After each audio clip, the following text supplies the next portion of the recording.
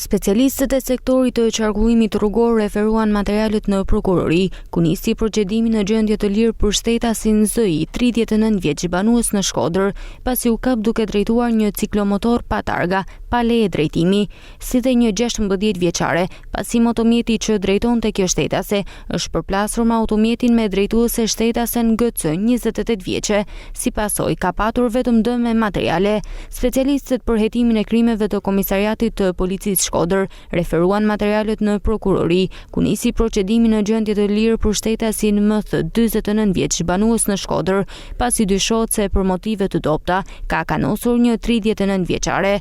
Specialistët për hetimin e krimeve të Komisariatit të Policisë Malësie Madhe referuan materialet në prokurori, ku filloi procedimi në gjendje të lirë për shtetasin FK banues në fshatin Ivanaj. Dyshohet se për motive pronësie ka kanosur një 58 vjeçar. Materialet procedurale ju referuan prokurorisë pranë gjykatës së shkallës së parë të jurisdiksionit të përgjithshëm Shkodër për veprimet të mëtejshme.